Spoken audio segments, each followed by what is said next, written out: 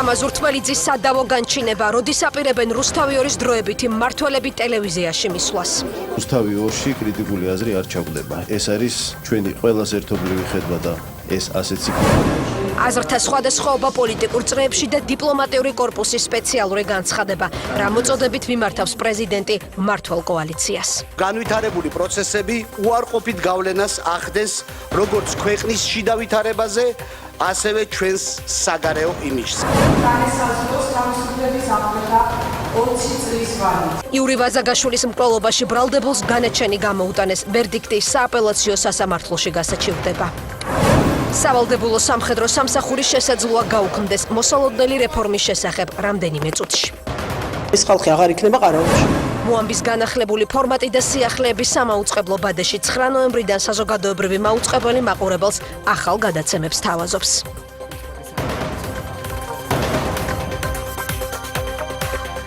საღამო მშვიდობისა, თქვენ უყურებთ მოამბეს 20 საათზე დღის მთავარ თემებს ჩემს კოლეგებთან ერთად მე თამთა სანიკიძე გაგაცნობთ.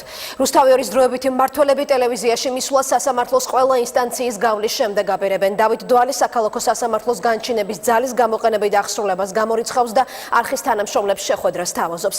თავის მხრივ ტელეკომპანიაში რჩება უფლებამოსილება შეჩერებული ნიკა გვარამიაც, რომელიც საკუთარი ნებით შენობის დატოვებას არ აპირებს.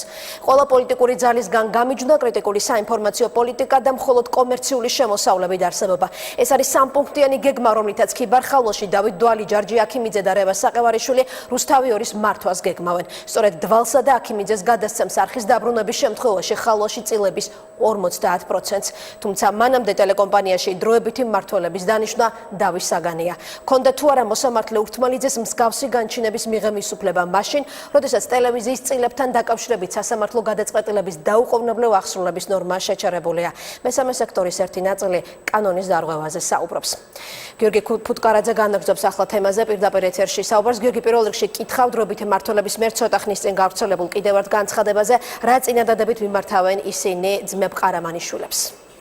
თამთა დავით დვალი და რეზო საყევარიშვილი აცხადებენ, რომ ისინი არ აპირებენ მოვალეობის შესრულებას მანამ სანამ აღნიშნული განჩინება არ გასაჩივრდება ყველა ინსტანციაში და არ დადგება საბოლოო შედეგი, მანამდე კი ძმებ ყარამანიშვილებს თავაზობენ, რომ მათ წარმოადგინონ კონკრეტული კანდიდატურა მათთვის მისაღები პიროვნება, რათა შეასრულოს დროებითი მმართველის ფუნქციები. თუმცა ეს ბუნებრივია გაგრძელდება რაღაც გარკვეული პერიოდი, მანამ სანამ არ იქნება საბოლოო გადაწყვეტილება დროებითი მმართველის დანიშვნის კანონიერება უკანონობაზე. რაც შეეხება კიდევ ერთ საკითხს, დღეს დილით დაახლოებით საათი და 10 წუთი გრძელდებოდა პრესკონფერენცია, რომელსაც ქიბარ-ხალვაში ასევე ესწრებოდნენ დავით დვალი და ჯარჯი აქიმიძე, რომლებიც არიან პირველი დამფუძნებლები ტელეკომპანია რუსთავი ორის და ასევე რეზო საყევარიშვილი, რომელიც არის დროებითი მმართველი სასამართლოს მიერ დანიშნული.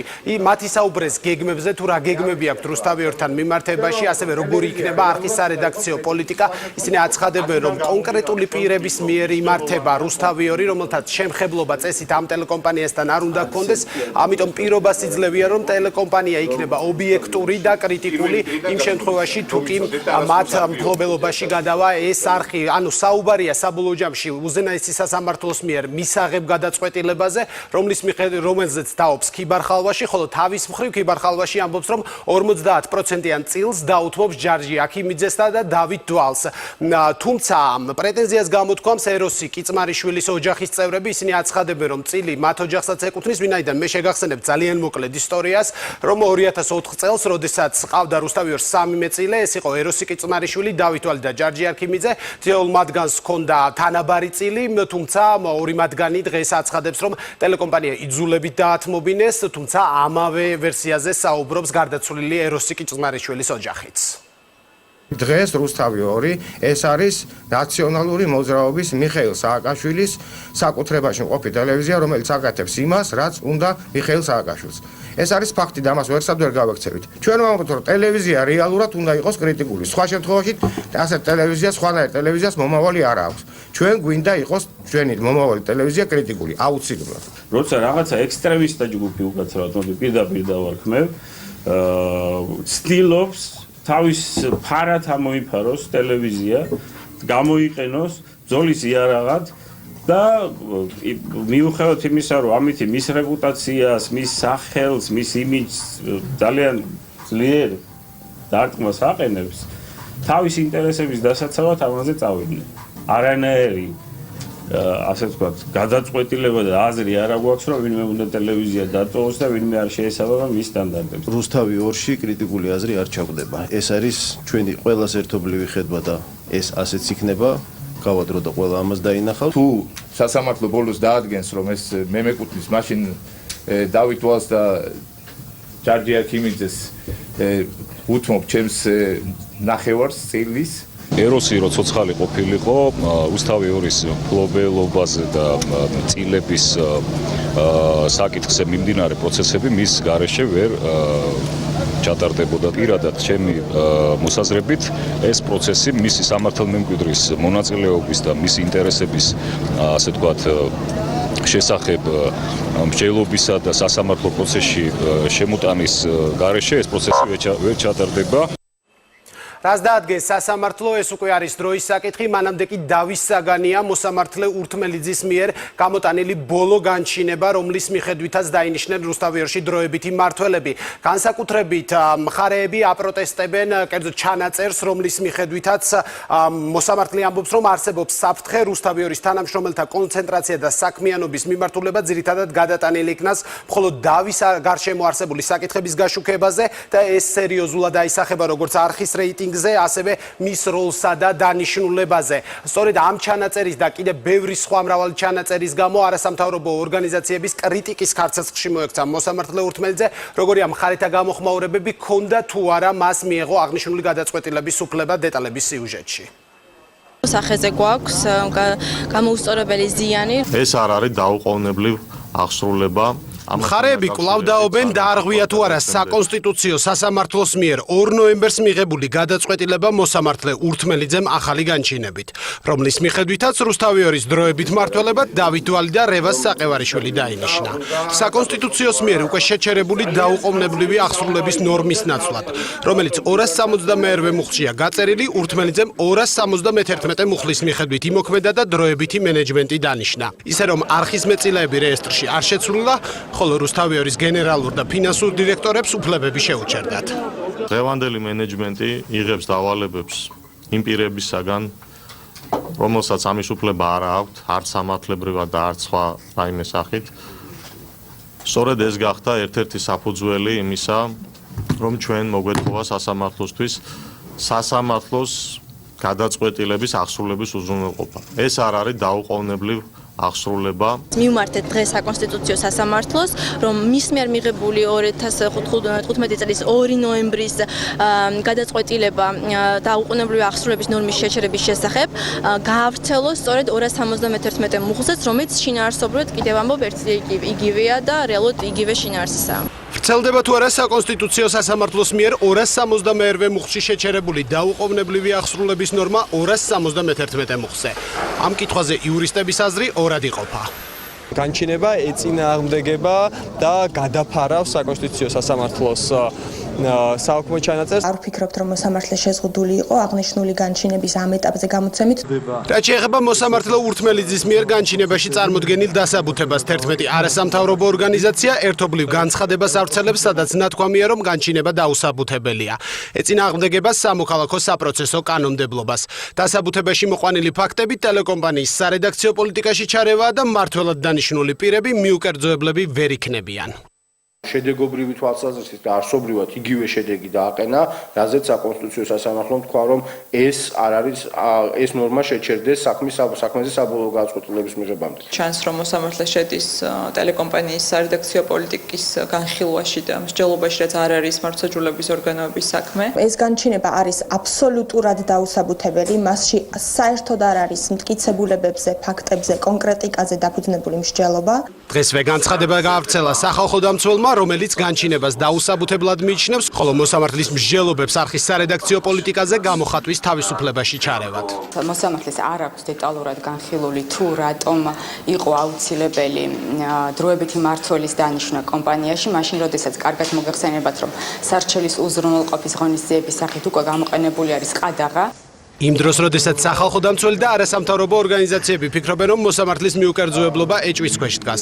გადაწყვეტილება დაუსაბუთებელია და მედიის თავისუფლება საფრთხეშია, დროებითი მმართველები ირწმუნებიან, რომ რუსთავიორში კრიტიკული აზრი არ ჩაკვდება და პოლიტიკური გავლენებისგან თავისუფალი იქნება. შექმნილი აჟიოტაჟის შემდეგ უზენაესი სასამართლოს თავმჯდომარე გამოთქვამს მზადყოფნას, რომ შეხვდეს მოსამართლე ურთმელიძეს, რაც შეეხება სარჩელს საკონსტიტუციო სასამართლოში. ჯერ უცნობია, რას გადაწყვეტს სასამართლო, მიიღებს თუ არა მხედველობაში რუსთავიორის სარჩელს, რომელიც ასევე ითხოვს 271 მუხლის გაუქმებას. გმადლობთ გიორგი ფუტკარაძემ გაგვაცნო მოსამართლე ურთმელიძის განჩინების შესახებ იურისტების და დროებითი მმართველების პოზიცია. გამოხმაურება პრეზიდენტისგან გიორგი მარგველაშვილის აზრით, რუსთავიორის გარშემო განვითარებული პროცესები ქვეყნის შიდა ვითარებასა და საგარეო იმიჯზე უარყოფით გავლენას ახდენს. სახელმწიფოს მეთაური მმართველ კოალიციას მიმართავს და მოუწოდებს არადიპლომატიური გამონათქვამებისგან თავი შეიკავოს. მივმართავ მმართველ კოალიციას. თავი შეიკავოს არადიპლომატიური გამონათქვამებისგან და სიტუაციის შეფასებისას ნუ შემოიფარგლება მხოლოდ ფორმალური განცხადებით. მოუწოდებ მმართველ კოალიციას ნუ ჩაიკეტება საკუთარ თავში და გაითავისოს პოლიტიკური პროცესის მნიშვნელობა. გადადგას ქმედითი ნაბიჯები ქვეყნის დემოკრატიული იმიჯის დასაცავად. აწარმოოს დიალოგი საზოგადოებასთან და დიპლომატიურ კორპუსთან, რომელიც ჩვენი ქვეყნის დემოკრატიულობის, ევროპული და ევროატლანტიკური ინტეგრაციის აქტიური მხარდამჭერია. ჩვენ არ შევდივართ კონკრეტული სამართლებრივი დავის განხილვაში, თუმცა უნდა ვაღიაროთ, რომ განვითარებული პროცესები უარყოფით გავლენას ახდენს როგორც ქვეყნის შიდა ვითარებაზე, ასევე ჩვენს საგარეო იმიჯზე. რუსთავიორში დროებითი მმართველების დანიშვნა შეფასებების თემა დიპლომატიურ წრეებშიც. იუსტიციის მინისტრის ნეგატიური რეაქციის გამო ამერიკის საელჩოს დღეს 2 კომენტარის გაკეთება დასჭირდა. აზრთა სხვადასხვაობაა პოლიტიკურ წრეებშიც. ირაკლი ალასანიას გუნდი პრეზიდენტსა და პარლამენტის თავმჯდომარეს მიმართავს და მმართველ გუნდსა და ოპოზიციას შორის შეხვედრას მოითხოვს. ოპონენტების მწვავე კრიტიკის ფონზე პრემიერი კერძო დავაზე მიუთითებს და სასამართლოს განჩინებაში პოლიტიკურ სარჩელს გამორიცხავს. თუმცა საკითხზე ერთიანი პოზიცია მმართველ კოალიციაშიც არ არსებობს. წერილობით განცხადებაში დავით უსუფაშვილი სააკაშვილ ხალვაშის სცენარს ახსენებს და მისგან მოსალოდნელ საფრთხეებზე მიანიშნებს. კრიტიკულია ქართული ოცნების ზოგიერთი დეპუტატის რეაქციაც. დაუშვებელია ქვეყნის პოლიტიკური ცხოვრება წარიმართოს სააკაშვილ ხალვაშის სცენარით. დაუშვებელია მათი ერთობლივი თუ ერთმანეთის საწინააღმდეგო ქმედებების შედეგად მივიღოთ სახიფათოდ დასუსტებული და ავტორიტეტ შელახული დემოკრატიული ინსტიტუტები. დაუშვებელია გაგრძელდეს სასამართლოების ჩათრევა ბრძოლაში წესების გარეშე. დაუშვებელია რაც არ უნდა დიად მიზნებს ემსახურებოდეს საკონსტიტუციო და საერთო სასამართლოების მოსამართლეები მალულად, დიახ, მალულად და არა ზეპირი მოსმენის გარეშე იღებდნენ ისეთ უმნიშვნელოვანეს გადაწყვეტილებებს, რომელმაც შესაძლოა ქვეყნის უახლოეს მომავალ გადამწყვეტი გავლენა იქონიონ. ეს განცხადება საქართველოს პარლამენტის თავმჯდომარეს ეკუთვნის. დავით უსუფაშვილი მიმდინარე მოვლენებს სააკაშვილ ხალვაშის სცენარს უწოდებს. მოსამართლეებს კი მოუწოდებს კანონზე და სინდისზე დაფუძნებული დამოუკიდებელი გადაწყვეტილებები მიიღონ. მოსამართლე ურთმელიძის გადაწყვეტილებაში პოლიტიკურ სარჩულს გამორიცხავს ქვეყნის პრემიერი. ირაკლი ღარიბაშვილი დღევანდელ განცხადებაშიც ისევ კერძო დავაზე საუბრობს. რესპუბლიკური პარტია კატეგორიულად ემიჯნება ამ პროცესებს. დავით ბერძენიშვილი მოსამართლის გადაწყვეტილებას ემიჯნება და ამბობს, რომ ხელისუფლებას ურთმელიძისეული დათვური სამსახური არ სჭირდება. განსხვავებული პოზიცია აქვს ლევან ბერძენიშვილს, ასევე გია ვოლსკის, რომელიც ამბობს, რომ პროცესები სამართლებრივ ჩარჩოებში მიმდინარეობს. დღეს ხელისუფლებას ასეთი ურთმელიძისეული დათვური სამსახური არ სჭირდება, ამიტომ როგორც ჩანს ურთმელიძე, რომელიც დანიშნა გვარამიამ თავის დროზე, იყო მაშინ გვარამიას კონტროლის ქვეშ, ეხლა ალბათ ცდილობს იყოს დღევანდელი უფროსობის კონტროლის ქვეშ. ჩვენ არ გვჭირდება კონტროლირებადი მოსამართლეები. კანონი გაირღვა? არ შეიძლება 18 საათზე კანონის მიღება შეიძლება. ცუდად მიმდინარეობს პროცესი, არ მიმდინარეობს კარგად, ეს მართალია. ცუდია რომ რაღაცა გადაწყვეტილებებს იღებენ, მაგრამ კანონიერების სფეროში თუ არის, უნდა ადმინისტრაციის შეცვლის თაობაზე არ ქონია არავითარი გადაწყვეტილება საკონსტიტუციო სასამართლოს. ჩემი აზრით ეს სამართლებრივ ჩარჩოებს არ გაცდენია. რუსთავიორში დროებითი მმართველების დანიშვნაზე კრიტიკული დამოკიდებულება აქვთ უმრავლესობის წევრებს თამარ კორძაიას და ანი მიროტაძეს. თავარ კითხვებზე პასუხი გაცემული არ არის. პირველი, რატომ გახდა აუცილებელი დროებითი მმართველის დანიშვნა, რა პრევენციული ზომების გატარება მოხდა ამით, იყო თუ არა რაიმე საფრთხე. რაც შეეხება ღამით მიღებულ გადაწყვეტილებებს, ეს არის ძალიან ცუდი პრაქტიკა. ეს არ არის მისასალმებელი, იმიტომ რომ საზოგადოება ყოველდღიურად ესეთი სიურპრიზების წინაშე არ უნდა იდგეს. მოსამართლის განჩინების არაკონსტიტუციურობაზე საუბრობენ ნაციონალური მოძრაობის წევრები. ისინი ამბობენ, რომ უკანონობას სამართლებრივი ბრძოლით დაუპირისპირდებიან. პირდაპირ მუხლი არსებობს სამოქალაქო საპროცესო კოდექსის 251, რომელიც უზღუდავს პირდაპირ მოსამართლის შესაძლებლობას, რომ აი ესეთი განჩინება მიიღოს, ლაპარაკი არის შუა საუკუნეებრივი მონარქის ნებას და ჩვენ ამ ნებას დრაკონულ და ძალადობრივს უნდა აღუდგეთ წინ სამართლებრივი გზით. ხელისუფლებას პასუხისმგებლობის აღებისკენ მოუწოდებენ თავისუფალი დემოკრატები. ირაკლი ალასანია მართველი გუნდისგან ოპოზიციურ ძალებთან შეხვედრის დაგეგმვას ითხოვს. კატეგორიულად მოვითხოვთ ხელისუფლებისგან არ დაუშვას ძალადობრივი სცენარით მოვლენების განვითარება. გააცნობიეროს ის პოლიტიკური პასუხისმგებლობა, რომელიც მას დღეს აკისრია, დადგეს საკუთარ ვიწრო პარტიულ ინტერესებზე მაღლა. რუსთავიორის საქმეზე შეშფოთებას გამოთქვამს ამერიკის საელჩო საქართველოში. ელჩი იანკელი აცხადებს, რომ სააპელაციო პროცესამდე არხის მმართველობის შეცვლას პოლიტიკური შინაარსი აქვს. განცხადება გააკეთა ევროკავშირის ელჩმაც. გუშინ საღამოს დავიძინე ისე, რომ ვიცოდი სასამართლოს გადაწყვეტილება, რომ დაუყოვნებლივი აღსრულება ვერ მოხდებოდა. ჩვენ ვიცოდით, რომ აპელაცია იყო მომდევნო საფეხური.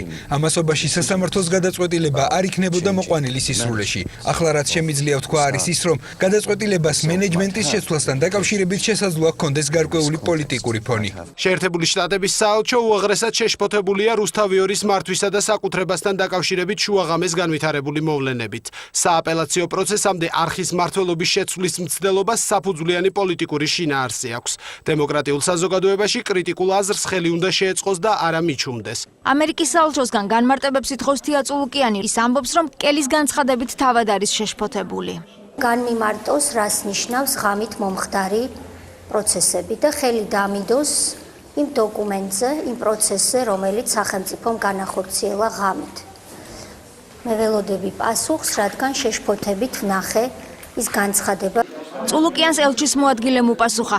ნიკოლას ბერლინერის თქმით, პასუხი უნდა გასცემოდა იანკელის განცხადებაში გამოთქმულ შეშფოთების უმთავრეს მიზეზს და არა დროსთან დაკავშირებულ მცირე დეტალებს. კიდევ ერთი გამოხმაურება დიპლომატიური კორპუსიდან ერთობლივ განცხადებაში ამერიკის საელჩო, ევროკავშირის წარმომადგენლობა და ევროკავშირის წევრი ქვეყნების საელჩოების ხელმძღვანელები რუსთავიორისში დროებითი მმართველების დანიშვნის გამო შეშფოთებას გამოთქვამენ და ფიქრობენ, რომ 5 ნოემბერს მიღებული პრევენციული ზომები მართლმსაჯულების დამოუკიდებლობასა და მედიის თავისუფლების ხარისხთან დაკავშირებით სერიოზულ კითხვებს აჩენს. განცხადების ავტორები ყველა პოლიტიკურ პარტიას მოუწოდებენ თავი შეიკავონ ნებისმიერი ნაბიჯისა და განცხადებისგან, რომელმაც შესაძლოა მართლმსაჯულებას ხელი შეუშალოს. მთავრობამ და მართლმსაჯულების ინსტიტუტებმა მედიის თავისუფლების და პოლიტიკური პლურალიზმის პრინციპები უნდა დაიცვან. გავაგრძელებთ მოვლენებზე ყურადღებით დაკვირვებას და საჭიროების შემთხვევაში ყველა შესაბამის მხარეს ჩვენს წუხელს კვლავ გავუზიარებთ, ნათქვამია დიპლომატების ერთობლივ განცხადებაში. რუსთავიორის გარშემო განვითარებულ მოვლენებსა და მოსამართლე ურთმელიძის გუშინდელ განჩინებაზე საუბარი უკვე მოამბის სტუმრის ბლოგში გაგრძელდება. ვასილი ივანოვ-ჩიქოვანის შეკითხვებს მმართველი გუნდის პოზიციით ზვიად პაჭანტირაძე უპასუხებს, ასევე კიდევ ერთი სტუმარი იქნება ფონდ ღია საზოგადოება საქართველოს იურისტი გიორგი ბურჯანაძე. მანამდე კი დღის სხვა ახალი ამბები გოგი თოფაძე პარლამენტიდან წასვლას აანონსებს. სერიალობით განცხადებაში ფრაქცია ქართული ოცნება მრეწველების ლიდერი წერს, რომ სადეპუტატო მანდატს ვადაზე ადრე მას შემდეგ დატოვებს, რაც გენმოდიფიცირებულ პროდუქტებთან დაკავშირებით მისივერე მომზადებული კანონპროექტის განხილვა დასრულდება. რაც შეეხება გადაწყვეტილების მიზეზს, დეპუტატს არ სურს, რომ ზოგიერთ თემაზე თანაგუნდელებისგან გასხვავებული განცხადება კოალიციისა და პარტიისთვის დაბრკოლება აღმოჩნდეს. განცხადებაში საპარლამენტო უმრავლესობის წევრი იხსენებს კოალიციის ჩამოყალიბების პროცესს, მასში გაწევრიანების მოტივს და არ მალავს, რომ გარკვეულ საკითხებზე მასა და კოლეგებს შორის აზრთა სხვადასხვაობა დღესაც არსებობს. თუმცა, როგორც თოფაძე აცხადებს, ეს გარემოება ქვეყნის სტრატეგიულ ამოცანას ევროპულ ოჯახში გაწევრიანების შესახებ არასოდეს შეხებია. შეგახსენებთ, რომ რუსთავიორთან და სტალინთან დაკავშირებული კომენტარების გამო თოფაძე ცოტა ხნის წინ პრემიერ-მინისტრის და მმართველი კოალიციის დეპუტატების კრიტიკის სამიზნე გახდა. საერთოდ შეთანხმებული არ იყო, რა თქმა უნდა, მე საქმის კურსში ვარ, უფრო მეცაც კეთილ პრაქტიკასაც კი არ იყო შეთანხმებული, ეს არის ვიცი პირადი გადაწყვეტილება, განცხადებაში აბსოლუტურად ყველაფერი დაწვრილებით და ზედმიწევნით პუნქტუალურად არის გადმოცემული მიზეზი, რატომ შეიძლება მიიღოს მან ეს გადაწყვეტილება. მე ყველა პოზიციას, რომელიც ბატონობის აქვს, პატივისცემ და ვემხრობი, ჩვენ ვართ მეგობრები, თანამოაზრეებიც. კიდევ ერთ რეზონანსულ საქმეზე სასამართლო განაჩენი ცნობილი ევრე ვაზაგაშვილის მკვლელობაში ბრალდებულს მოსალოდნელი უვადო საშელის ნაცვლად 20 წლიანი პატიმრობა მიესაჯა. გია სოსანაშვილის მიმართ გამოტანილი ვერდიქტის შემდეგ მოკლულის ოჯახი დანაშაულში მონაწილე სხვა პირების ბრალეულობაზე მიანიშნებს და მათი ვინაობის დადგენას ითხოვს. პოლიციის თანამშრომელი სოსანაშვილი, რომელიც ყარაფილოს სასაფლაოზე აღმოჩენილი დნმ-ის კვალის საფუძველზე დააკავეს, თავს უდანაშაულოდ მიიჩნევს და განაჩენის გასაჩივრებას აპირებს. საშელის საფრთხე ზომა განესაზღვროს თავისუფლების აღკვეთა 20 წლის ვადით. 4 თვიანი განხილვის შემდეგ მოსამართლე ელენე გოგუაძემ იური ვაზაგაშვილის მკვლელობაში ბრალდებული დამნაშავედ სცნოდა გია სოსანაშვილს სისხლის სამართლის კოდექსის 2 მუხლის 5 ნაწილით წარდგენილ ყველა ბრალდებაზე გამამტყუნებელი განაჩენი გამოუტანა. ის გარემოება, რომ მსჯავრდებულს ვადიანი სასჯელი შეუფარდა, მოსამართლემ ასე ახსნა. სასამართლო ითვალისწინებს გიორგის ჯანმრთელობის მდგომარეობას და ის, რომ იგი იბრძოდა საქართველოს ტერიტორიული მთლიანობისათვის წამოებულ ბრძოლებში, ასევე 2008 წელს წარმოებულ ბრძოლაში, ამიტომ სასამართლო მას განუსაზღვრა სასჯელი ვადიანი თავისუფლების აღკვეთის სახით. დაცვის მხარე განაჩენს გაასაჩივრებს, სახელმწიფო ბრალდება კი დავის გაგრძელების შემთხვევაში საკუთარი პოზიციების დაცვას მოპოვებული მტკიცებულებებით გეგმავს. საქმეში არ მოიპოვება არანაირი მტკიცებულება ჩემი დაცვის ყოფის წინააღმდეგ, რითიც დასტურდება, რომ აღნიშნული დანაშაული მას შეუდგენია. აქედან გამომდინარე, სასამართლომ ირ მტკიცებულებაზე დაყრდნობით დააყენა განაჩენი. სრულად დაეთანხმა სახელმწიფო ბრალდების სამართლებრივ შეფასებას და გიორგი სოსანაშვილი დამნაშავეცნო 5-ვე მუხლით, რომელიც მას წარედგინა გამოძიების ეტაპზე. მიგვაჩნია, რომ ეს გახლდათ სასამართლოს მიერ გამოტანილი ობიექტური და სამართლებრივად დასაბუთებული გადაწყვეტილება. ჯოხეთში ამოხდება ნაძილად გამოძიების გაგრძელებას ითხოვს იური ვაზაგაშვილის ოჯახი. მათი ინტერესების დამცველი, რომელიც საქმის მასალებს იცნობს, დარწმუნებულია, რომ გია სოსანაშვილს თანამზრახველები ჰყავდა. პროკურატურაში ადასტურებენ, რომ აფეთქების ადგილზე აღმოჩენილი საეჭვო დნმ-ისა და სხვა გარემოებების დასადგენად საქმე ცალკე წარმოებადაა გამოყოფილი. უნდა გაგრძელდეს, რა თქმა უნდა. შემკვეთები არ არის ნაპოვნი. სოსანაშვილი მხოლოდ მარტო ამ საშინელი დანაშაულების მოქმედების ჩამდენი არ არის, მას დაუმტკიცდა მონაწილეობა იური ვაზაგაშვილის მკვლელობაში, თუმცა გამოყოფილ საქმეზე გამოძიებამ უფრო მეტი აქტიურობა უნდა გამოიჩინოს და უფრო მეტი საგამოძიებო მოქმედებები უკვე ჩაატაროს. იური ვაზაგაშვილი მიმდინარე წლის 20 იანვარს სოფელ ყარაფილაში შვილების საფლავზე ააფეთქეს. 7 თებერვალს მთავარმა პროკურატურამ საქმე გახსნილად გამოაცხადა და მოქმედი პოლიციელი გია სოსანაშვილი დააკავა. გაგვიმართლა და ამ შეცდომის საფუძველზე ჩვენ შევძელით და ამ სახელურზე აღმოჩნდა დნმ-ის კვალი. სასამართლო განხილვის არც ერთ ეტაპზე სოსანაშვილი ბრალს არ აღიარებდა და საქმეში მტკიცებულებების ფალსიფიკაციასა და ზეწოლაზე საუბრობდა. დნმ არის დაავადებული რაჩენდი კანონიერად აქციის მთავარ პროკურატურაში. სასამართლომ 9 ტომიანი საქმე 4 თვეში განიხილა, დაიკითხა პროკურატურის 60 და დაცვის მხარის რამდენიმე მოწმე. გამოიკვლეს ექსპერტიზის 20-ზე მეტი დასკვნა. ჯერ უცნობია რა მტკიცებულებები აქვს პროკურატურას იური ვაზაგაშვილის მკვლელობის კიდევ ერთ საქმეში. ოჯახის ადვოკატების ინფორმაციით, საგამოძიებო მოქმედებები ქვეყნის ფარგლებს გარეთაც მიმდინარეობს. აზერბაიჯანის პრეზიდენტმა საქართველოს დატოვა ვიზიტის მეორე დღე ხელისუფლების პირველ პირებთან შეხვედრებით დაიწყო პრემიერ-მინისტრთან აუდიენციის დროს მხარებმა ორ ქვეყანას შორის სტრატეგიული პარტნიორობის გაღრმავების გზებზე იშალეს. საუბარი შეეხო საქართველოსა და აზერბაიჯანის მიერ ერთობლივად განხორციელებულ ენერგეტიკულ და ეკონომიკურ პროექტებს.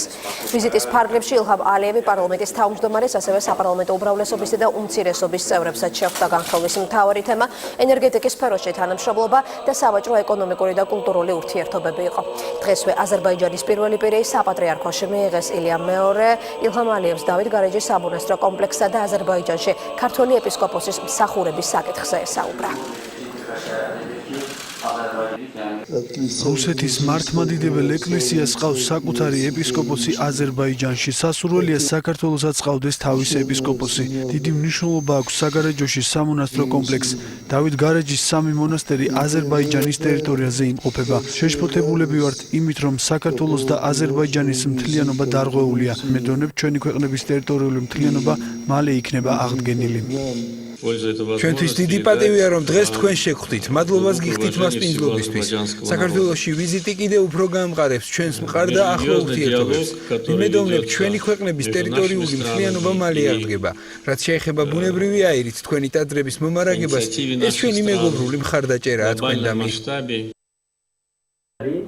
მანამდე კი აზერბაიჯანის პრეზიდენტი მარნეულში ჩავიდა ეთნიკურ აზერბაიჯანელებთან შეხვედრის დროს ილჰამ ალიევს ქართველი კოლეგაც თან ახლდა. სიტყვით მიმართვისას აზერბაიჯანის პირველმა პირმა ორ ქვეყანას შორის ურთიერთობების გაღრმავების აუცილებლობაზე გააკეთა აქცენტი და მოსახლეობას ქართული ენის სრულყოფილი სწავლისკენ მოუწოდა.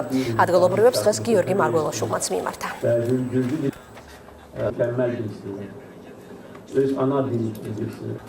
ჩვენ გვსურს, რომ ჩვენს ქვეყნებში მცხოვრები ქართველები და აზერბაიჯანელები იყვნენ ჩვენი ქვეყნების ღირსეული მოქალაქეები და არ დაივიწყონ თავიანთი ეთნიკური ფესვებიც.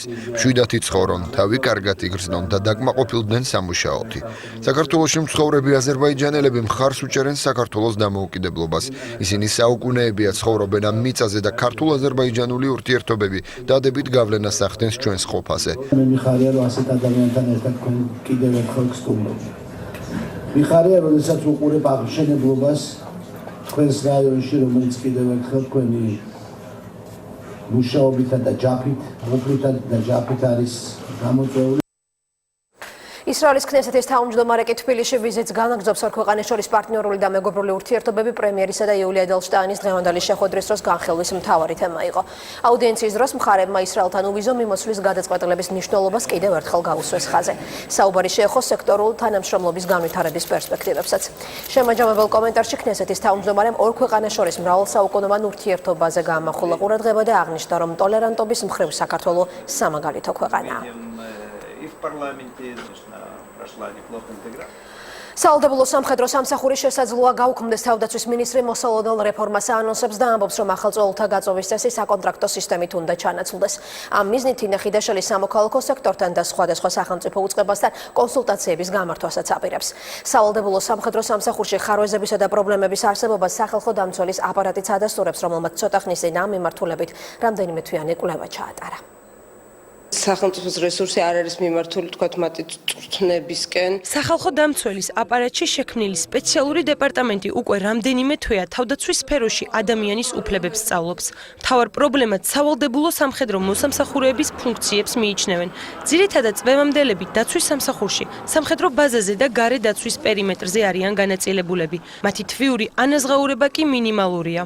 ძირითადად სავალდებულო სამხედრო მოსამსახურეები განლაგებული არიან საგუშაგოზე, განლაგებული არიან მედღევეებად და უწევთ ასევე ფიზიკური შრომა, როდესაც ამ საჭიროება არის. გადიან რამოდენიმე თეორიულ საგანს ასევე სწავლებას, თუმცა როგორც ესეთი კონკრეტულ წვრთნებს და კვალიფიკაციის ამაღლებას ისინი არ გადიან. სახალხო დამცველის აპარატის მონიტორინგის შედეგად წვევამდელთა შემოწმების პროცედურების დარღვევებიც გამოვლინდა. კერძოდ კი ფსიქიკური პრობლემების გამოსავლენად დადგენილი 10 დღიანი ვადის ნაცვლად პროცესს 10 წუთი ეთმობა. სახალხო დამცველის ამ მოსაზრებებს იზიარებენ ფსიქოლოგთა ასოციაციის წევრებიც. მათი თქმით, მნიშვნელოვანია სწორად იყოს შეფასებული თუ რამდენად არიან სავალდებულო სამსახურისთვის მზად 18-დან 27 წლამდე ახალგაზრდები. Ოდესაც არის წინააღმდეგობა, არის პროტესტი, პროტესტს ყოველთვის თანსდევს არაადეკვატური გადაწყვეტილების ალბათობის გასდა. და ამიტომაც არის ზუსტად ის, რომ ხშირია, ასე ვთქვათ, საკმაოდ ხშირად გვესმის, რომ მიმართავენ ასეთ შემთხვევაში თვითდაზიანებას, რაღაცა ტიპის აგრესიულ ქცევებსა და ქმედებებს. სავალდებულო სამხედრო სამსახურის მოდელში არსებულ ხარვეზებზე საუბრობენ თავდაცვის სამინისტროშიც. უწყებაში ახალ რეფორმაზე მუშაობენ, რომელიც მომდევნო წლიდან ნაკადის შემცირებას, 2017 წლიდან კი სავალდებულო გაწოვის გაუქმებას ითვალისწინებს. ალტერნატივად კი ძლიერი რეზერვის შექმნა განიხილება. არ ვემხრობი დატოვებას გაწოვის, მაგრამ თუ კი მაინც უმრავლესობა ამ გადაწყვეტილებას მიიღებს, მაშინ თავდაცვის სამინისტროს აქვს ძალიან კონკრეტული პოზიციები. ჩვენ ვფიქრობთ, რომ თუ ვიწვევთ ახალგაზრდას ჯარში ის უნდა გავატაროთ სრული საწვრთნელი ფაზა კურსი იმისათვის, რომ რეალურად შემძლე იყოს, უპასუხოს იმ გამოწვევებს, რაც ქვეყნის წინაშე არსებობს, რაც არასდროს არ ყოფილა საქართველოში, ეს ხალხი აღარ იქნება ყარაულში. სამართლებრივი ბაზა ამ ეტაპისთვის ცვლილებას არ განიცდის, ანუ ისევ სამართლებრივი სივრცე დარჩება, რაც იყო მხოლოდ თვითონ თავდაცვის სამინისტრო გადადის სრულად საკონტრაქტო სამსახურზე, ხოლო რაც შეეხება საშილავსრულების შინაგან საქმეთა სამინისტროს სხვა უწყებებს, სამხედრო სავალდებულო სამსახურში გაწვევები იწარმოებს. სამოქალაქო თავდაცვის გაძლიერება, სამხედრო სავალდებულო სამსახურის შემცირება და არმიის სრულად საკონტრაქტო პრინციპზე გადასვლა. სამხედრო ექსპერტები იმ დასავლურ სტანდარტებზე საუბრობენ, რომელიც საქართველოშიც ინერგება. საქართველოში იქნება ისეთივე ტიპის სამხედრო სავალდებულო სამსახური და სამხედრო ვალდებულების მოხდის წესი, როგორც არის წამყვან სამხედრო ქვეყნებში. რა ტიპის სამხედრო სამსახური იარსებებს საქართველოში? რეფორმის ფარგლებში თავდაცვის სამინისტრო კონსულტაციებს სამოქალაქო საზოგადოებასთან გეგმავს. სიახლე მოსალოდნელი ერთიან ეროვნულ გამოცდებზეც აბიტურიენტები ტესტირების დროს დავალებებს ელექტრონული ფორმით მიიღებენ. პირველ ეტაპზე საპილოტო პროექტი 2 რეგიონში განხორციელდება, მასში მონაწილეობის მსურველ მე-12 კლასელებს კი რეგისტრაციის გავლა მოუწევთ. განაცხადების მიღება 20 ნოემბრიდან იწყება. მე-12 კლასელი ანა ჭეიშვილი ერთ-ერთი პირველია, რომელიც გამოცდების ეროვნული ცენტრის საპილოტო პროგრამაში მონაწილეობას გეგმავს. 2016 წელს ერთიანი ეროვნული გამოცდები ნაწილობრივ ელექტრონულად ჩატარდება. ტესტირებაზე მისულ აბიტურიენტს დავალებები ელექტრონულ ვერსიაში დახვდება, პასუხს კი ფურცელზე დააფიქსირებს. მომწონს ეს სისტემა, აპრობაციის სისტემა თვითონ, რადგან შემიძლია საკუთარი ცოდნა გამოცდილება და საკუთარი შესაძლებლობები გამოვცადო ახალი საგამოცდო ფორმატთან მიახლოებულ პირობებში. სრულიად ახალი ფორმატით უნდა მოხდეს გამოცდების ჩატარება, ანუ ნაწილობრივ ელექტრონულ ვერსიას ვგულისხმობ და მოსწავლეებს წინასწარ დაჩქარებულ ვადებში ეცოდინებათ თავიანთი სუსტი და ძლიერი მხარეები. პირველად საპილოტო პროგრამაში ქუთაისისა და ჩოხატაურის სკოლების მე-12 კლასის მოსწავლეები ჩაერთვებიან. ერთიან ეროვნულ გამოცდებამდე აბიტურიენტებს საშუალება ექნებათ საცდელ რეჟიმში საგამოცდო ტესტებთან მიახლოებულ მასალაზე იმუშაონ. საპილოტო პროგრამაში მონაწილეობის მსურველებმა რეგისტრაცია 20 ნოემბრიდან 30 ნოემბრის ჩათვლით შესაბამის ვებგვერდებზე უნდა გაიარონ. მხოლოდ და მხოლოდ ტესტურ დავალებებს მიიღებენ ელექტრონული ფორმით, დავალებას წაიკითხავენ ეკრანზე და პასუხების გაცემა ელექტრონული ფორმით ამ ეტაპზე 2016 წელს მათ არ მოუწევთ. ელექტრონულ სისტემაზე გადასვლა დავალებების შინაარსს და ვიზუალურ მხარესაც გააუმჯობესებს. ასე აფასებს განათლების საკითხებზე მომუშავე არასამთავრობო სექტორის სიახლეს. უფრო მრავალფეროვანი გახადოს, მაგალითად, დავალებები, რომლებიც სატესტო დავალებები, რომლებიც შეთავაზებული იქნება გამოსაცდელი პირებისათვის, პლუს ამას ესეთი პრაქტიკა მოსწავლეებისთვის ახალი არ არის, იმიტომ რომ საატესტატო გამოცდებს ფაქტიურად ისინი ისედაც კომპიუტერით აბარებენ. საპილოტო ვერსიის წარმატებით დასრულების შემთხვევაში გამოცდების ეროვნული ცენტრი აპრობაციის პროგრამას მთელი ქვეყნის მასშტაბით განახორციელებს. ქართულმა ექიმებმა ღვიძლის გადანერგვის ოპერაცია შესაძლოა მალე დამოუკიდებლად ჩაატარონ. ამ მიზნით მედიკოსები უცხოელ სპეციალისტებთან აქტიურ თანამშრომლობას იწყებენ. საუბარია შესაბამისი კადრების მომზადებაზე და მატერიალურ-ტექნიკური ბაზის განახლებაზე. ამ დროისთვის საქართველოში ღვიძლის ტრანსპლანტაციის უკვე 6 წარმატებული ოპერაციაა ჩატარებული. 6-ვე შემთხვევაში ოპერაციას უცხოელი მედიკოსები ხელმძღვანელობდნენ. ქართველი ექიმები დარგის განვითარების აუცილებლობაზე საუბრობენ და სახელმწიფოსგან მეტ ჩართულობას ითხოვენ. წარმატებული 6 ოპერაციის შემდეგ ქართული კლინიკების ნაწილი ღვიძლის დამოუკიდებლად ტრანსპლანტაციისთვის ემზადება. ქართველ ექიმებს კონსულტაციას უცხოელი პროფესორი უწევს. სპეციალისტის აზრით პირველ ეტაპზე უნდა მოხდეს პაციენტის ოპერაციამდელი პერიოდისთვის მომზადება და შესაბამისი დიაგნოსტირება. აუცილებელია ღვიძლის გადანერგვის საჭიროება დროულად გამოიკვეთოს. ეს იმდენად რთული ოპერაციაა, რომ თითოეული წუთი შესაძლოა გადამწყვეტი აღმოჩნდეს. ჩვენ სწორედ იმისთვის ჩამოვედით, რომ ჩვენი გამოცდილება ქართულ კოლეგებს გაუზიაროთ. პერსონალის გადამზადებასთან ერთად აუცილებელია ტექნიკის განახლებაც. სწორი პოლიტიკის შედეგად კი სასურველი შედეგის მიღწევა შესაძლებელი იქნება. პირველად საქართველოს ისტორიაში ღვიძლის გადანერგვის ოპერაცია ბათუმში მიმდინარე წლის დასაწყისში განხორციელდა. ურთულესი ოპერაცია 20 საათის განმავლობაში კეთდებოდა და ის უცხოელი სპეციალისტების მეთვალყურეობის ქვეშ მიმდინარეობდა. პროცესის მონაწილეების თქმით აუცილებელია, რომ სახელმწიფომ ღვიძლის ტრანსპლანტაცია პრიორიტეტულ მიმართულება დაირჩიოს. ოპერაციის მთავარი კომპონენტი გუნდური მუშაობა. აქ 20-25 პროფესიონალი ისე მუშაობს როგორც ერთი. ჯანდაცვის სისტემის ნაკლებად განვითარების პირობებში სკის სწორი ნაბიჯების შედეგად შესაძლებელია დარგის განვითარება. ეს ოპერაცია ძალიან ძვირი ღირს და მთავრობის კონკრეტული ჩარევის გარეშე მოქალაქეები დამოუკიდებლად ამ თანხებს ალბათ ვერ გადაიხდიან. სახელმწიფო პროგრამის შექმნის აუცილებლობაზე საუბრობენ ტრანსპლანტოლოგთა ასოციაციაში. სპეციალისტების თქმით, სწორი მენეჯმენტისა და შესაბამისი პროგრამის არსებობის შემთხვევაში შესაძლებელი იქნება, რომ ქართველმა ექიმებმა უახლოეს მომავალში მსგავსი ოპერაციები დამოუკიდებლად ჩაატარონ. უპირველეს ყოვლისა უნდა შეიქმნას ამ დარგის განვითარების ნაციონალური პროგრამა, ეროვნული პროგრამა, რომელშიც გათვალისწინებული იქნება როგორც თქვათ ფინანსური მხარე დაკავშირებული დარგის განვითარებასთან, ისე თქვათ ინტელექტუალური მხარე, პროფესიონალების მომზადება ამ მიმართულებით, იმისათვის რომ მოხერხდეს, ასე ვთქვათ, დამოუკიდებლად საკუთარი ძალებით ამ დარგის განვითარება. ღვიძლის ტრანსპლანტაციის სახელმწიფო პროგრამის შემუშავება ამ ეტაპზე ნაადრევად მიაჩნიათ ჯანდაცვის სამინისტროში. უწყებაში ამბობენ, რომ ნაბიჯები ამ მიმართულებით გადადგმულია, რაც C ჰეპატიტის ელიმინაციის პროგრამას გულისხმობს. დაავადებიანობის მაღალი დონე, რაც გამოიკვეთა, ვთქვათ, და C ჰეპატიტის პროგრამის სკრინინგის პერიოდში და რომელიც ჯერ კიდევ მიმდინარეობს და არ არის დასრულებული, შეიძლება ვიფიქროთ, რომ ეს დარგი შეიძლება განვითარდეს აქაც კი ასეთ პატარა ქვეყანაში. ღვიძლის გადანერგვა საქართველოში 80-დან 100,000 ლარამდე ჯდება, რაც საერთაშორისო ფასებთან შედარებით 50%-ით იაფია. ამ ეტაპზე ქვეყნის მასშტაბით ოპერაცია მხოლოდ ცოცხალი დონორის მეშვეობით ხორციელდება. სპეციალისტების გათვლებით სფეროს განვითარების შემთხვევაში ქვეყანაში ყოველწლიურად 20-ზე მეტი ამ ტიპის ოპერაციის გაკეთება იქნება შესაძლებელი. გამოჩებას უცხოეთის სიახლეებით განვაგრძობთ ძლიერი აფეთქება მოხდა სტოკჰოლმის ცენტრში. ჯერ უცნობია ეს იყო ტერორისტული აქტი თუ რომელიმე შენობაში ბუნებრივმა აირმა გაშონა. ადგილზე სამართალდამცველები ამ დრომდე საგანგებო რეჟიმში მუშაობენ, გადაკეტილია მთელი მიმდებარე პერიმეტრი. მსხვერპლისა და დაშავებულების შესახებ ინფორმაცია ჯერ არ გავრცელებულა.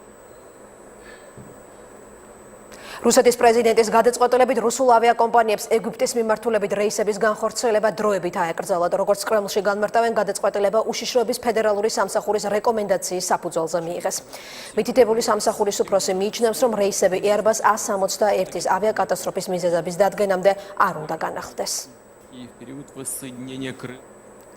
შარლი ებდოს მთავარი რედაქტორი კი რუსული ავიალაინერის კატასტროფაზე კარიკატურების გამოქვეყნების შემდეგ მოსკოვის კრიტიკას პასუხობს.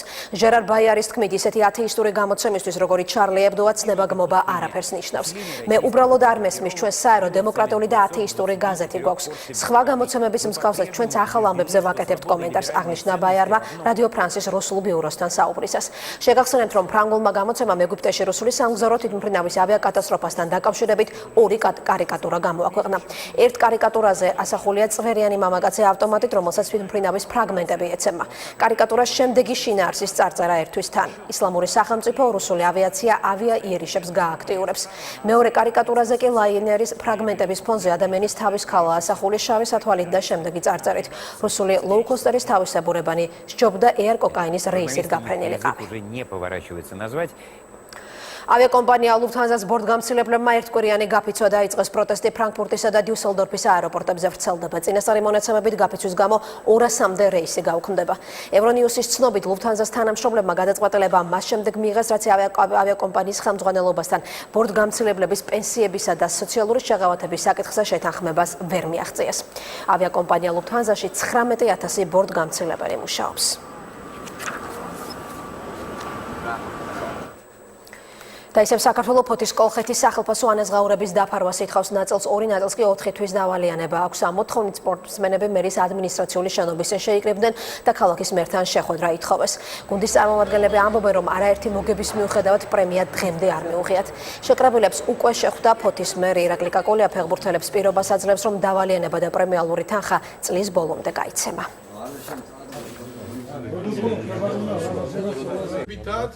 დამატებითად მონახავს იმ რეგულოს გუნდში არის ფინანსური პრობლემები, არის დავალიანება.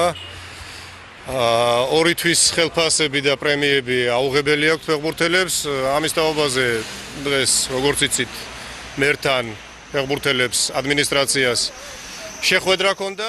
ჩვენ მაინც არ გვინდა რომ ეს კარგი გუნდი დაიშალოს და ყველაფერს ვაკეთებთ იმისათვის რომ შევინარჩუნოთ ეს აღნიშნული გუნდი. ამიტომ წლის ბოლომდე ჩვენ შევალთ მთავრობაში წინადადებით რომ მიეცეთ თანხმობა სესხის აღებაზე, რომ წელს რაც არის დაგროვილი ვალდებულებები ყველაფერი დაფარული იქნეს. 9 ნოემბრიდან საზოგადოებრივი მაუწყებელი მაყურებელს ახალ გადაცემებს შესთავაზებს იცვლება მთავარი საინფორმაციო გამოშვების ფორმატი არხის სამაუწყებლო ბადესკი ანალიტიკური თოქ-შოუ ემატება, რომელსაც ჟურნალისტი თამარ ჩიქოვანი წაიყვანს. მოსავალ სიახლეებსა და დაგეგმილ სატელევიზიო პროექტებზე მარიკა შალიკაშვილი გვიამბობს.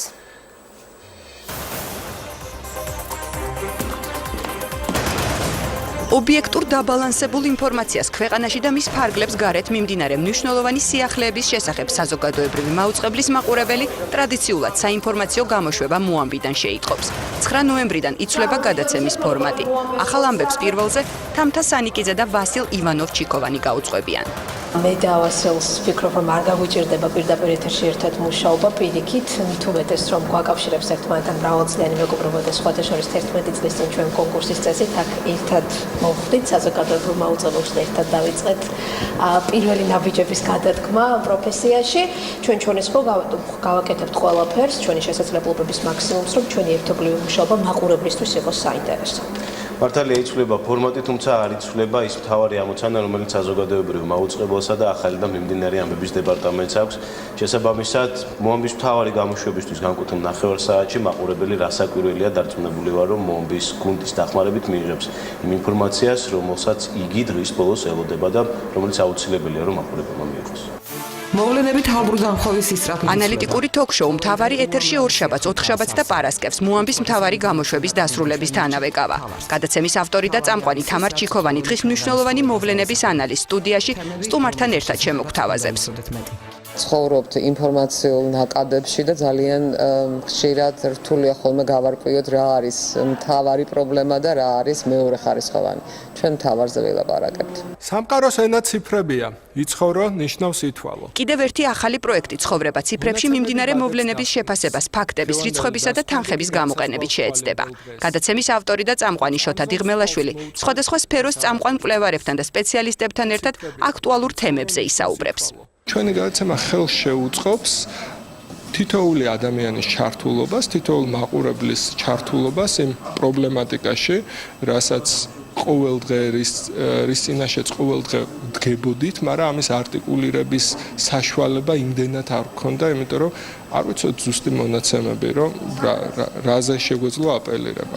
ჩვენ შევეცდებით ეს ზუსტი მონაცემები მივაწოდოთ და ვუბიძგოთ დასკვნებისკენ, ვეპატიჟებით ჩვენს მაყურებელს, რომ ჩვენთან ერთად ჩაიძიროს პოლიტიკის სიღრმეებში, საზოგადოებრივი საკითხების სიღრმეებში, ერთის მხრივ და მეორეს მხრივ, რაც შეეხება ციფრების, ცხოვრება ციფრებში, აქ ჩვენ ვეპატიჟებით ასევე მაყურებელს იმისათვის, რომ გაიგოს რა ჯდება ცხოვრება. ორშაბათიდან საზოგადოებრივი მაუწყებლის პირველი არხის შეთავაზებს მაყურებელს პოლიტიკურ ზოლს, ეს იქნება განახლებული მოამბე, ეს იქნება მთავარი თამნა ჩიქოვანთან ერთად. ჩვენ ვემზადებით უკვე რადიო თავისუფლებასთან ერთად ძალიან მალე გავავთ ეთერში პროგრამა სალომე ასათიანთან ერთად.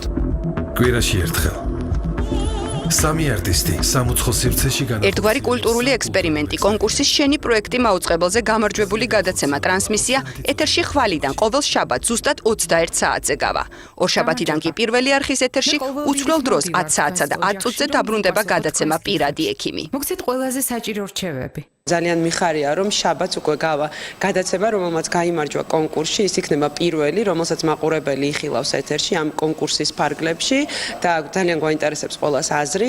ასევე ვიცი, რომ მაყურებელი მოუთმელნად ელოდება მარი მალაზონიას. რასაკვირველია მაყურებლისათვის ძალიან საყვარელი ნაწილი დარჩება, ანუ ჩვენ ვუპასუხებთ პირდაპირ ეთერში მათ მიერ დასმულ კითხვებს, ასევე ვუპასუხებთ მათ კითხვებს Facebook-ზე, მაგრამ გვექნება ძალიან ბევრი სიახლე.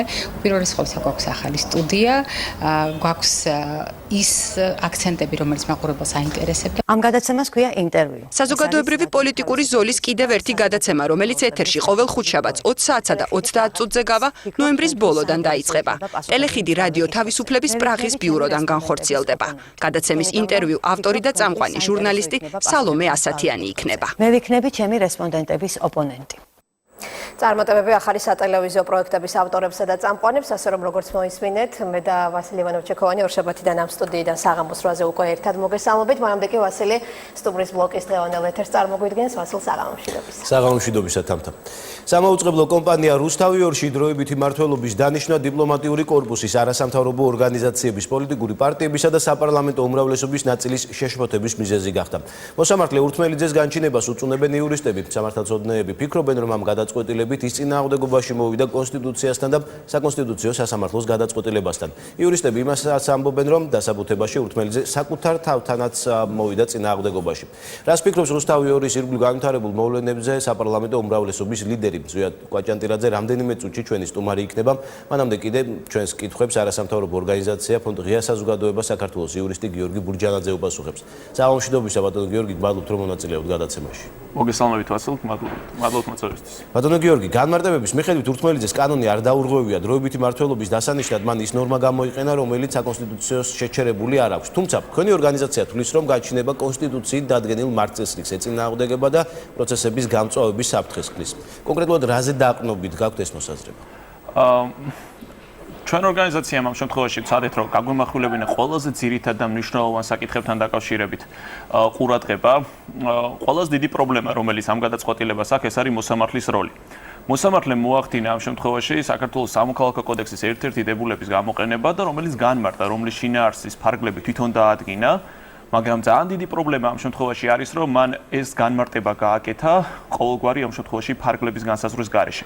მის მიერ განხორციელებული ეს ღონისძიება აცდება ყოველგვარი იმ სამართლის ფარგლებს, როგორცაც ჩვენ ამას უწოდებთ, ანუ მოსამართლე შეუძლია რაღაცა განმარტოს, რაღაცა კანონის ანალოგია, სამართლის ანალოგია გამოიყენოს და კონკრეტულ ნორმაში კონკრეტული შინაარსი წაიკითხოს. მაგრამ ის რაც მოხდა ამ საქმეში არის, რომ ძალიან ფართოდ განიმარტა კონკრეტული დებულება.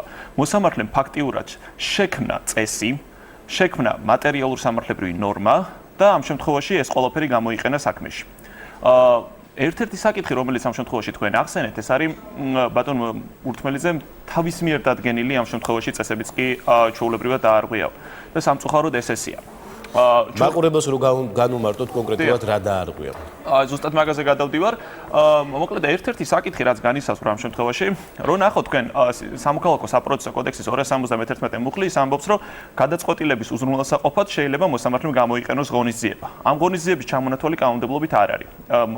მოსარჩელი მხარე ამ შემთხვევაში, ბატონი ხალვაშის წარმომადგენლები ითხოვდნენ იმას, რომ გამოყენებულიყო ეს დროებითი ადმინისტრაციის ამ შემთხვევაში ღონისძიება, ანუ დროებითი ადმინისტრატორი დანიშნულიყო რუსთავი-2-ში. ეს ღონისძიება ჩვენ კანონმდებლობაში პირდაპირ არ არის განსაზღვრული. ბატონმა მოსამართლემ ამ შემთხვევაში შეისწავლა სხვადასხვა ქვეყნის კანონმდებლობა და ამ შემთხვევაში მოახდინა მათი ამ ყველაფრის ანალიზის შედეგად დაადგინა, რომ ეს მიდგომა გამოიყენება ზოგადად სხვადასხვა ქვეყანაში. მაგრამ სამწუხაროდ ამ შემთხვევაში ძალიან გაუგებრად და უცნაურად არის შერჩეული სხვადასხვა ქვეყნის კანონმდებლობა. მაგალითად, საუბარია კოლორადოს სამოქალაქო საპროცესო წესზე, რომელიც ამ შემთხვევაში არ საბუთდება, რატო არის საქართველოსთვის რელევანტური და საქართველოს მოსამართლემ რატო უნდა იმსჯელოს მაგალითად ამერიკის ერთ-ერთი შტატის კანონმდებლობით. შეიძლება ეს შტატი საერთოდ განსხვავებულ რეგულაციას ექვემდებარება და ასე შემდეგ. საუბარია ასევე სტრასბურგის სასამართლოს მიერ განხილულ საქმეზე ჯერსილდი დანის წინააღმდეგ. ამ ნორმაზე, ამ საქმეზე დაყრდნობით ურთმელიძე აცხადებს, გარკვეულ მითითებას აძლევს ტელეკომპანიას თუ როგორ უნდა გააშუქოს მათ მოვლენები. რამდენად შეესაბამება ეს არსებულ პრაქტიკას, რამდენად შეუძლია მოსამართლეს ესეთი მითითების გაკეთება, ხომ არ ცდება ეს მის საქმიანობას და ხომ არ შეიძლება წავიკითხოთ აქ მედიაზე ზეწოლის ნიშნები. ძალიან დიდი მადლობა ამ ძალიან საინტერესო შეკითხვისთვის. აბსოლუტურად ამ გადაწყვეტილებიდან, რომელიც თქვენ ახსენეთ, ციტირებული არის ერთი პასაჟი, მაგრამ ასევე ამ გადაწყვეტილებაში და სხვა კონტექსტში მოხსენიებული, მაგრამ ამ გადაწყვეტილებაში ასევე საუბარია იმასთან დაკავშირებით, რომ სასამართლოს არ უნდა კონდეს ჟურნალისტის მიერ განხორციელებული ტექნიკის, ამ შემთხვევაში ჟურნალისტური საქმიანობის კონტროლის საშუალება სამოსამართლეო სამართლით. ანუ მოსამართლე, როდესაც იღებს გადაწყვეტილებას, მაგალითად შეიძლება ვიღაცას დააკისროს ცდარი ფაქტების უარყოფის ვალდებულება და ასე შემდეგ, ამ დროს მოსამართლე ვერ დააკისრებს ამ შემთხვევაში ჟურნალისტ იმგვარ ვალდებულებას, რომელიც ეხება სარედაქციო პოლიტიკას, სარედაქციო საქმიანობას. ამ ფარგლებში და ამ მიმართებით მოსამართლე ყოველ ყოველთვის იქნება მტყუარი. ამ საქმეში ერთ-ერთი მნიშვნელოვანი საკითხი, რასაც ხაზი გაუსვა მოსამართლემ, იყო ის, რომ არსებობდა საფრთხე იმისა, რომ არხის სარედაქციო პოლიტიკა შეცვლილიყო, ანუ ჟურნალისტების საქმიანობა სხვანაირად წარმართულიყო და ასე შემდეგ. ანუ ეს არის წმინდა ისეთი საკითხი, რომელსაც ამ შემთხვევაში სამოსამართლეო სამართალი, ანუ ეს სამართლის რეგულირების საგანი არ არის. ეს არის გამოხატვის თავისუფლების დაცული სფერო და ჟურნალისტები ამ შემთხვევაში კონტენტის არჩევისას თავისუფლები ბრძანდებით. თქვენ შეგიძლიათ აარჩიოთ და სასამართლო ვერ მოგცევთ ამ შემთხვევაში მითითებას იმასთან დაკავშირებით, რომ მე ეს მომწონს, მე ეს არ მომწონს და ეს თუ არ მომწონს და ამაში საფრთხეს ხედავ, ამის გამო შეიძლება დროებითი მართველი დაგენიშნოთ თქვენო. რაც შეეხება დროებითი მართველების დანიშნას, დასაბუთებაში ურთმელიძე საუბრობს იმის შესახებ, რომ დროებითი მართველები არ უნდა იყვნენ დაკავშირებულები სამაუწყებლო კომპანია რუსთავიორთან, თუმცა მართველებად დანიშნულები არიან ტელეკომპანიის კონკურენტი ტელეკომპანიის ყოფილი გენერალური დირექტორი და ამავე ტელეკომპანია რუსთავიორის ყოფილი მფლობელი დავით დვალი. რამდენად შეესაბამება ურთმელიძის დასაბუთებაში მოყვანილი მისი განცხადება იმ გადაწყვეტილებაზე, რომელიც მან დაუკმაყოფილა მოსარჩენი მხარეს? აი ეს არის ზუსტად ის საკითხი და მივედით იქამდე. ამ შემთხვევაში ურთმელიძემ და მოსამართლემ ეს წესი თვითონ დაადგინა. მან თქვა, რომ ამ შემთხვევაში მიუკერძობელი და დამოუკიდებელი უნდა იყოს დროებითი მართველი, მაგრამ იგი არ მსჯელობს იმასთან დაკავშირებით, თუ რატომ მიიჩნია მან მაგალითად მოსარჩელის მიერ დასახელებული პიროვნებები მიუკერძოებლებად, დამოუკიდებლებად და ყოველგვარი გავლენის არ მქონე პირებად, რომლებიც სრულიად დამოუკიდებელნი იქნებოდნენ. გადაწყვეტილება ამ კუთხით არ შეიცავს არანაირ მტკიცებულებას. ანუ საზოგადოების გარკვეული ნაწილი შეიძლება ბატონ საყევარიშვილს და ბატონ დვალს თუ არ ვწდები, საერთოდ არ იცნობდნენ. ამ შემთხვევაში გაუგებარია და სასამართლოს გადაწყვეტილება არ გვეუბნება ჩვენ იმას, თუ რატომ არიან მაინდა-მაინც ისინი დამოუკიდებელნი, რატომ ექნებათ მათ მაინდა-მაინც ეს კეთილშობილური მიზანი, რომ იყვნენ ამ შემთხვევაში ტელევიზიის მხოლოდ მოგებაზე ორიენტირებულნი, ანუ ამაზე გადაწყვეტილებაზე საუბარი არ არის. გიორგი, როგორ ფიქრობთ, თქვენ დასაბუთებას გაიცანით, რამდენად დიდი ალბათობა, რომ გასაჩივრების შემთხვევაში ზედა ინსტანცია ეს განჩინება ძალაში აღარ დატოვოს და გააუქმოს? ჩემი აზრით ამ გადაწყვეტილების გაუქმების ძალიან ბევრი შანსი არსებობს. პირველ რიგში ამ გადაწყვეტილებაში არ არის მტკიცებულებები წარმოდგენილი და გადაწყვეტილებას აქვს დასაბუთებულობის პრობლემა. მოსამართლე საუბრობს საფრთხეებზე, რომ არსებობს გარკვეული საფრთხე, მაგრამ ეს საფრთხე არ არსებობს. მეორე პრობლემა არის ის, რომ ის წესები, რომელიც თვითონ სამოსამართლეო სამართლით დაადგინა მოსამართლემ, ამ წესების საწინააღმდეგოდ არის მიღებული გადაწყვეტილება. ერთ-ერთი ესეთი საკითხი ჩვენ ვახსენეთ და მეორე საკითხია მაგალითად ის, რომ ღონისძიება, რომელსაც გადაწყვეტილების უზრუნველსაყოფად იყენებს კონკრეტული მოსამართლე, უნდა იყოს ნაკლებ შემზღუდველი. ანუ უნდა იყოს ეს ამ შემთხვევაში იმაზე მეტად არ უნდა ახდენდეს მეორე მხარის მოპასუხის ინტერესების ხელყოფას, ვიდრე ეს ამ შემთხვევაში აუცილებელი და გამართლებულია. ამ შემთხვევაში ყველაზე მკაცრი ღონისძიება იქნა არჩეული. სასამართლო არ მსჯელობს იმასთან დაკავშირებით, იქნებ სხვა ნაკლებ შემზღუდველი ღონისძიებები არსებობდა, რომელიც ამ შემთხვევაში იგივე მიზნის მიღწევას უზრუნველყოფდა და იმ საფრთხეების პრევენციას მოახდენდა, რომლებიც ამ შემთხვევაში ჰქონდათ მოსარჩელებს დასახელებული თავიანთ შუამდგომობაში. მადლობა გიორგი.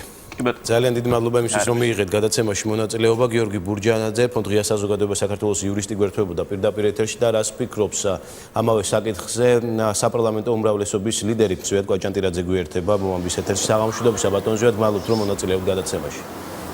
საღამოშვიდობისას გქონდეს. ბატონო ზვიად, გაიცანეთ თუ არა მოსამართლე ურთმელიძის დასაბუთებას, როგორ შეაფასებთ მას?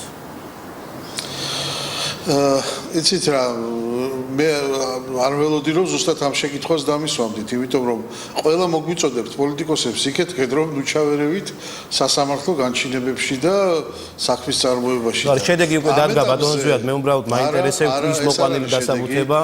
ეს არ არის შედეგი და ჩვენ ძალიან კარგად ვიცით, რომ სასამართლო პროცესი ამით არ სრულდება, როგორც მოპასუხე, ასე მოსარჩელე მხარეს აქვს სრული იმის წარმოდგენა, რომ ასე იქნება და იგი გაგრძელდება.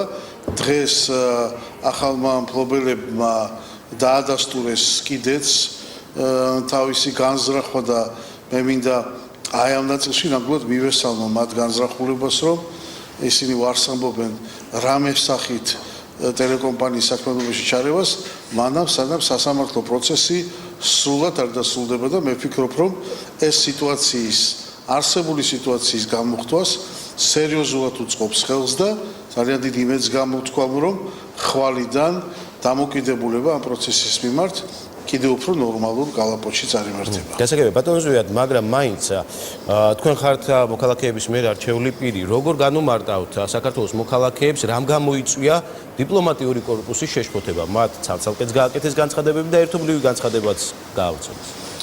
მე სხვათაშორის კონკრეტულად ერთობლივ განცხადებას რაც შეეხება რაღაც განსაკუთრებულად შემაშფოთებელს ხელისუფლებისთვის, მასში ვერაფერს ვერ ვხედავ. ჩემთვის ის აზრები, რასაც ერთობლივ განცხადებაში ვკითხულობ, მისაღებია. იქ ლაპარაკია იმაზე, რომ აქ იკითხება პოლიტიკური კონტექსტი, მაგრამ პოლიტიკური კონტექსტი არ ნიშნავს, რომ დიპლომატიური კორპუსი ამ ერთობლივ განცხადებაში ხელისუფლებას დებდეს ბრალს, რომ იგი ერევა სასამართლოს წარმოებაში. პოლიტიკური კონტექსტი ნამდვილად ახლავს მთელს ამ პროცესს, იქედან გამომდინარე, რომ მაქსიმალურად ცდილობენ მის პოლიტიზირებას, იქედან გამომდინარე, რომ რუსთავი 2 არის პირდაპირ დაკავშირებული ყველაზე, ასე ვთქვათ, ისე ძველ პოლიტიკურ ხელისუფლებასთან ქვეყნის და მთავარ ოპოზიციურ ძალასთან, ერთიან ნაციონალურ მოძრაობასთან, ამ თვალსაზრისით რა თქმა უნდა პოლიტიკური კონტექსტი აშკარაა. იქედან გამომდინარეც აშკარაა პოლიტიკური კონტექსტი, რომ ყველა ვინც კი ჩაერთო ამ პროცესში, მათ შორის პოლიტიკოსებიც არიან. იქედან გამომდინარეც არის, რომ ძირითადად პოლიტიკოსებს გვეკითხებით აზრს ორ კერძო სუბიექტს შორის მიმდინარე სასამართლო დავაზე. ამ თვალსაზრისით რა თქმა უნდა პოლიტიკური კონტექსტი სახეზეა, მაგრამ თუ კი ვინმე შეძლებს იმის დადასტურებას, რომ ჩვენი ხელისუფლება ერევა სასამართლო პროცესში და ამას მე პირადად დამიდასტურებს, მაგალითად თან საზოგადოებას ამას დაუდასტურებს, მე ვიქნები ერთ-ერთი პირველი, ვინც ძალიან მკაცრად გააკრიტიკებს ხელისუფლებას ამისთვის, მაგრამ დარწმუნებული ვარ, იმიტომ რომ მე ვარ ამ ხელისუფლების ნაწილი, რომ ხელისუფლებას არც ერთ შემთხვევაში არ გააჩნია ინტერესი ამ პროცესში ჩაერიოს. ჩვენ გვაქვს ერთადერთი მიზანი, ჩვენ გვაქვს რამდენიმე ფუნდამენტალური ღირებულება, რომლის დაცვასაც აუცილებლად უზრუნველყოფთ და მათ შორის ერთ-ერთი მთავარი არის მედია პლურალიზმი და მედია სივრცის აბსოლუტური დამოუკიდებლობა და თავისუფლება და ამას ვამტკიცებთ მთელი 3 წლის განმავლობაში. პატივცემულო მეგობრებო, დღეს საქართველოში მედია სივრცეში არის ისეთი კანონმდებლობა, რომელიც თეორიულადაც კი გამორიცხავს თავრობის ჩარევას მედია სივრცეში, ან რომელიმე ტელევიზიის თუნდაც ფიზიკურად გამორთვის საშუალებას. თუ ჩემი აზრი არ გაკმაყოფილებთ და ჩემი შეფასება, შეგიძლიათ სპეციალისტებს კითხოთ. დღევანდელი ჩვენი კანონმდებლობა, რომელიც არეგულირებს მედია სივრცეს, არის ერთ-ერთი ყველაზე ლიბერალური მთელს ევროპაში და ჩვენ ამით შეგვიძლია ვიამაყოთ. ბატონო, სწორედ დღევანდელი კანონმდებლობის მიხედვით მოსამართლე ურთმელიძემ მოსარჩელე მხარეს ის უფლებები მიანიჭა, რაც პირდაპირ ახსублების შემთხვევაში მოხდებოდა, თითქმის იგივე უფლებები.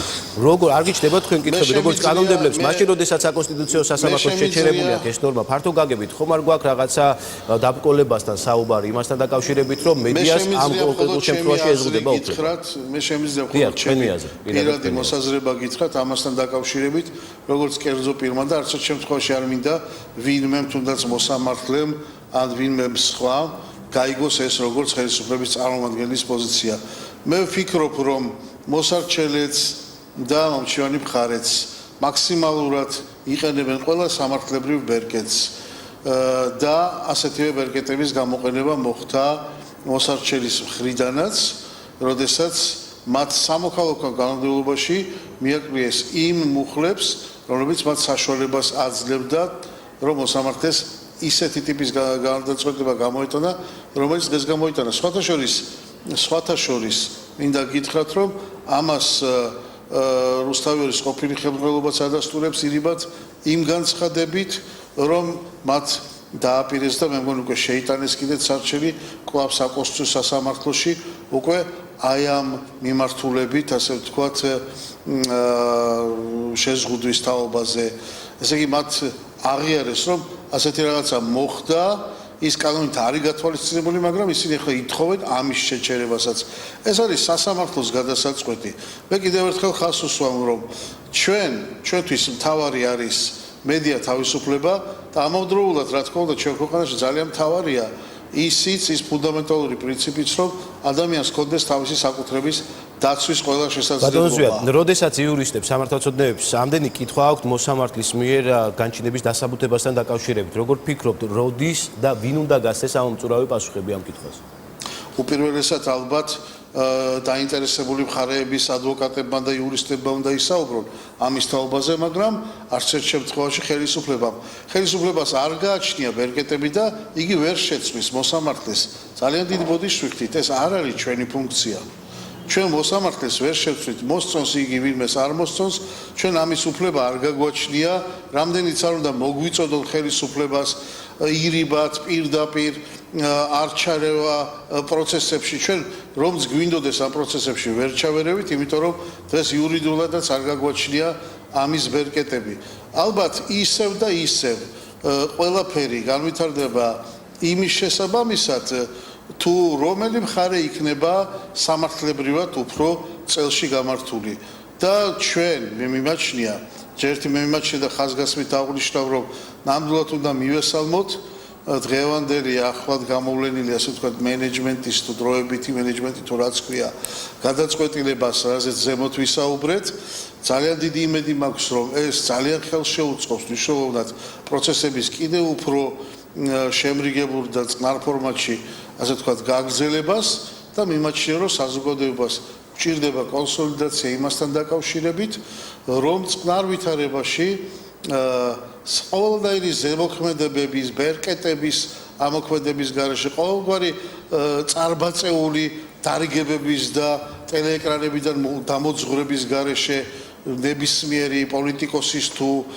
ელჩის თუ ასე შემდეგ და ასე შემდეგ მიმართ და ჩვენ მოვისმინეთ განცხადებები, რომელიც ერთი მხრივ მოუწოდებს მართლ კოალიციას, რომ მე არ ვიცი, ვისი განცხადებები იყო ასეთი მიუღებელი მართლ კოალიციიდან და მეორე მხრივ პრაქტიკულად თავად ქმნიან პირობებს, რომ პოლიტიკური კონტექსტი ამ საქმის ირგვლივ კიდევ უფრო გაღრმავდეს, რადგანაც იგი ამ დონეზე არის უკვე აწეული მავანთა და მავანთა მხრიდან. ამიტომ მე ვფიქრობ, რომ ჩვენ ამას გადავლახავთ ძალიან მშვიდობიანად. რუსთავი არსებობს, იარსებებს და სანამ მათ სურვილებად ყოველთვის იარსებებენ, ისევე როგორც ნებისმიერ მოქალაქეთა ჯგუფს დღეს საქართველოში აქვს შესაძლებლობა 3 დღის განმავლობაში გახსნას ნებისმიერი ტელევიზია, თუ მათ ამის რესურსი გააჩნიათ, რა თქმა უნდა. და საქართველოს ხელისუფლება არანაირ საფრთხეს რუსთავის ფუნქციონირებაში ნებისმიერი ფორმატით არ ხედავს და არც არასდროს დაინახავს, იმიტომ რომ მედია პლურალიზმი პირიქით ჩვენი ხელისუფლების სიძლიერია. მადლობა ბატონ ზვიად კვადრატიძე საპარლამენტო უმრავლესობის ლიდერი საუბრობდა მოამბის პირდაპირ ეთერში იმედია ვითარება მალე გაირკვევა და არც სამაუწყებლო კომპანია რუსთავი 2 და არც იქ მომუშავე ჟურნალისტები და პერსონალი არ დაზარალდებიან. წარმატებებს გისურვებთ. მადლობა კიდევ ერთხელ ბატონ ზვიად მოამბის თავი გამოშვება დღეს ამით დასრულებულია. რუსთავი 2-ის საქმეზე საუბარი გაგრძელდება თოქ-შოუ რეალურ სივრცეში. გადაცემა განახლებული ფორმატით პირველი არხის ეთერში ზუსტად 22 საათზე გავართ. დარჩენილ